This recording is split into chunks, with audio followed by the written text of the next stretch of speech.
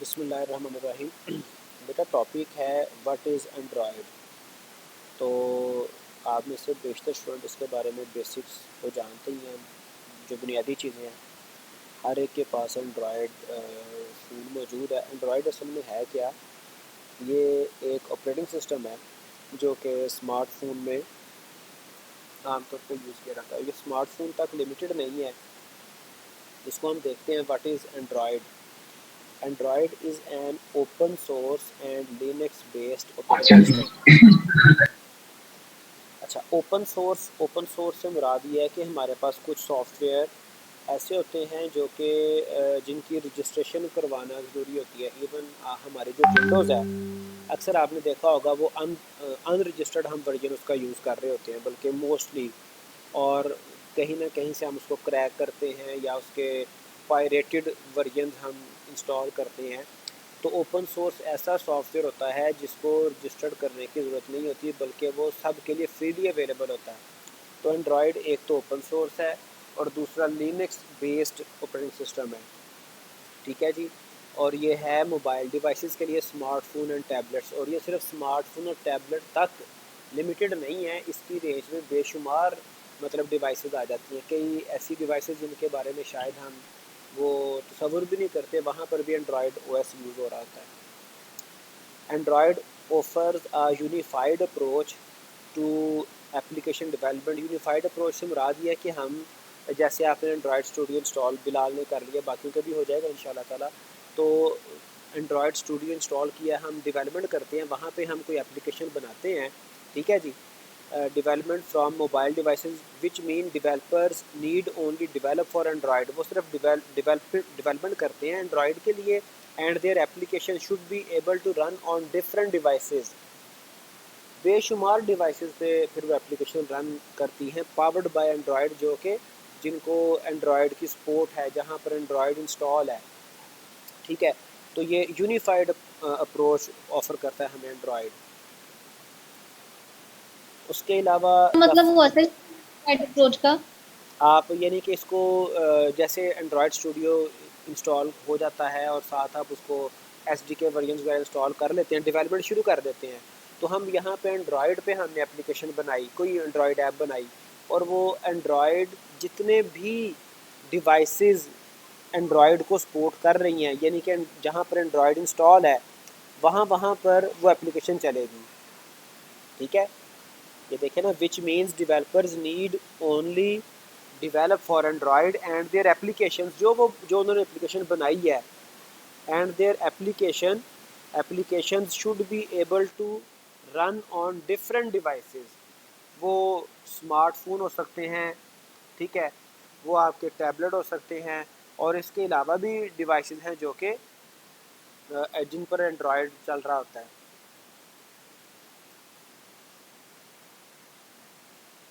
चलें।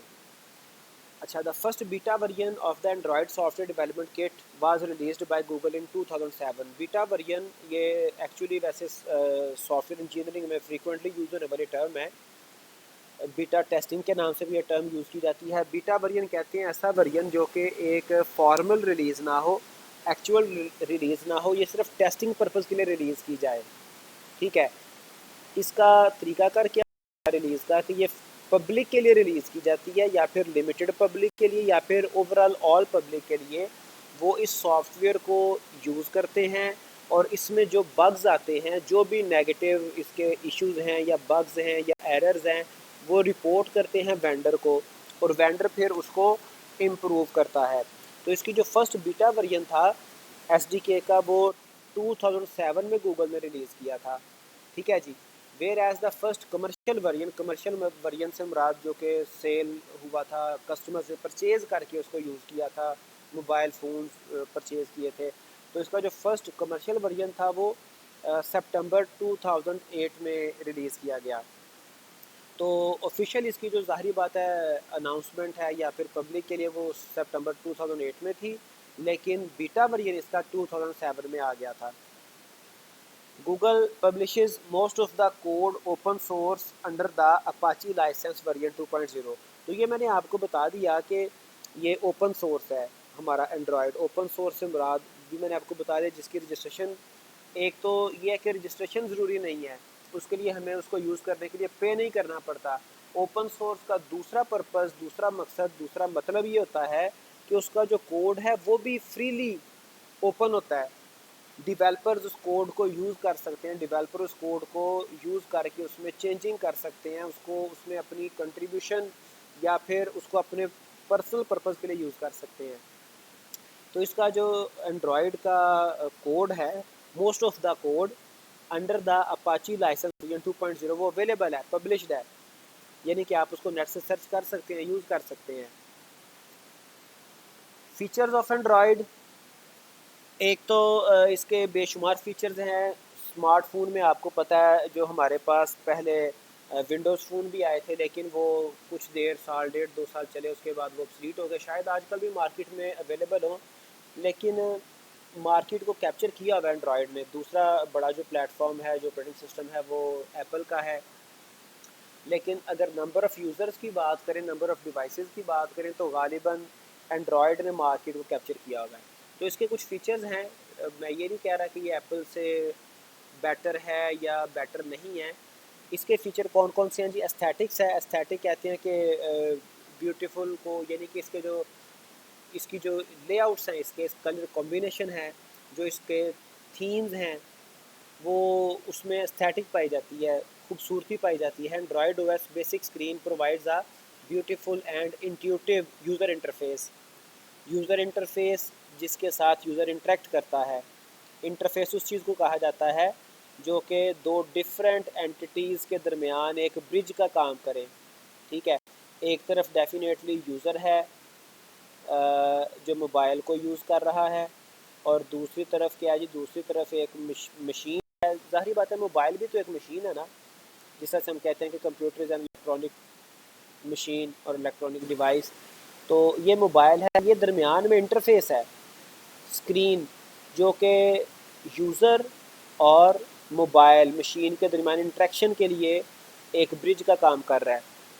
ठीक है, तो इंटरफेस क्या करता है? इंटरफेस दो डिफरेंट एंटिटीज़ के दरमियान एक कनेक्टिविटी परफॉर्म करवा रहा होता है। तो इसका जो इंटरफेस है वो ब्यूटीफुल है, एस्थेटिक्स उसमें पाई जाती है। फिर मल्टीटास्किंग है, विंडोज़ की तरह से मल्टीटास्किंग है, यानी कि आप एक ही वक्त में एक से ज़्यादा एप्लीकेशन के ऊपर काम कर सकते हैं। User can jump from one task to another, and same time various application can run simultaneously. इसके अलावा इससे प्रीवियस हमारे विंडोज़ से पहले भी ओएस ऐसे भी थे जो कि यूनी टास्किंग थे, जिसमें एक वक्त में एक टास्क चलता था। ठीक है, जैसे आपका आजकल विंडोज़ में एक कंपोनेंट है विंडोज़ ओएस में, कमांड प्रॉम्प्ट या डॉस कहते हैं, डिस्क ऑपरेटिंग सिस्टम। तो ये पहले पूरा एक ऑपरेटिंग सिस्टम के तौर पे, जिसे हम कमांड लाइन इंटरफेस कहा करते थे, एक लॉन्च हुआ था और किसी वक्त में चलता ही ये था, तो वो यूनिटास्किंग ऑपरेटिंग सिस्टम था। फिर उसके अलावा मल्टी लैंग्वेज सपोर्ट है, इसमें supports single direction and bidirectional text. Single direction जो कि जैसे left to right, right to left, bidirectional text, ये बहुत सारी लैंग्वेज को सपोर्ट करता है। यानी कि जितनी भी वर्ल्ड में लैंग्वेजेस है तकरीबन सब की सपोर्ट इसमें मौजूद है, सब के लिए सपोर्ट मौजूद है। उसके अलावा मल्टीटास्किंग तो पहले हो गया। स्टोरेज इसमें ज़ाहिर बात है, एप्लीकेशन का जो डाटा है वो स्टोर करने के कई एक मैकेनिज़्म है, लेकिन उनमें से एक एसक्यूलाइट भी है। SQLite is a light weight relational database used for data storage purpose. ठीक है जी, तो एंड्रॉयड में डाटा को स्टोर करने के लिए, जो एप्लीकेशन में डाटा हम जिसको डील करते हैं उसको स्टोर करने के लिए सोल्यूशन ज़्यादा हैं। फायरबेस भी है, एसक्यूलाइट भी है, तो उनमें से एसक्यूलाइट लाइट वेट है। तो इसके जो एंड्रॉयड की हिस्ट्री है, इसमें आप जानते हैं बेहतर के मुख्तलिफ ये हमारे पास एंड्रॉयड के वर्जन आते रहे, जैसे 1.6, डोनट 2.0, 2.2, 2.3, 3.0, 6.6। इस वक्त करंटली कौन सा चल रहा है? अच्छा, उसके बाद है sir. API level. API level क्या होता है कि ये एक इंटीजर वैल्यू होती है that uniquely identifies the framework.